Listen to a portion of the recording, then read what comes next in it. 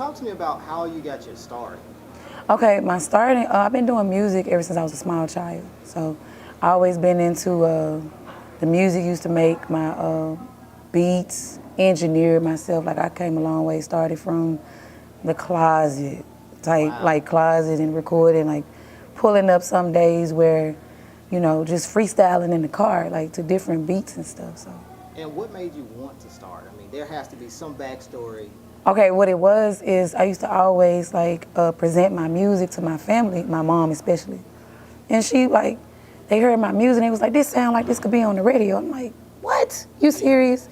This lady went out and bought the like full studio equipment that I knew nothing about.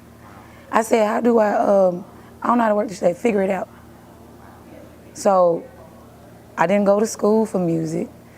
I mean, it's the gift that God gave me, but I mean, you know, everything was like quality. I learned how to make, my first beat it was crazy. It was like a weird, like techno almost, but I still liked it. And I'm like, damn, that's my first beat, you know? Just like that. Mm-hmm. Your mom made an investment in you. Yes. Let's talk about the importance of investments. A lot of people miss that part. Yes. On the journey of entrepreneurship as an artist or whatever you may do, investments are important. It definitely is. Investments are important because the way I look at that, like what my mom did, there's no way I could play around with that type of equipment, especially the quality of, I had to keep going. And especially if it was something that I really wanted to do and she saw my passion, I had to keep going. Let's talk about music. Obviously, that's what we're here to talk about. Yeah. Let's talk about some of your most favorite records. Okay, of mine? Yeah. Okay, my favorite record right now is Island Boy. Like, I love that song. Okay, we can go with that one because I heard it yesterday. I like that one. Okay. So what's some of your other music if people have never heard of your music before? Never heard of my music before. I have a lot of unreleased. Okay. I have a lot of unreleased, a lot. So we love sneak peeks around here. Yeah. Let's get a sneak peek. Okay. Can you give us just a little sneak peek of something that we can expect to hear in the next couple of months or next couple of weeks?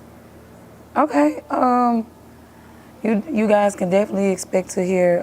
There will be like a R&B type vibe. Tell Me. That record right there is basically explaining, you know, it's so much division in the world with people's relationships, and what it is bringing people together, letting them know it's okay to love, you know. And it seems like that is your message to love. One of your songs, you kind of spoke in a different language as well. Let's talk about that. I don't think people expected that. Mm-hmm. Let's talk about that.